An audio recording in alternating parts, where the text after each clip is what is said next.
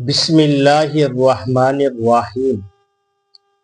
ফেরাউন একদা স্বপ্নে দেখলেন যে বাইতুল মুকাদ্দাসের দিক হতে একটি আগুন এসে মিশরের ঘর বাড়িগুলোকে জ্বালিয়ে দিচ্ছে, অথচ বনি ইসরায়েলদের কিছুই হচ্ছে না।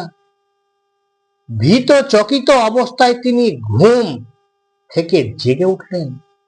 অতঃপর দেশের বড় বড় জ্যোতিষী ও জাদুকরদের সমবেত করলেন এবং তাদের সম্মুখে স্বপ্নের বৃত্তান্ত বর্ণনা দিলেন ও তার ব্যাখ্যা জানতে চাইলেন।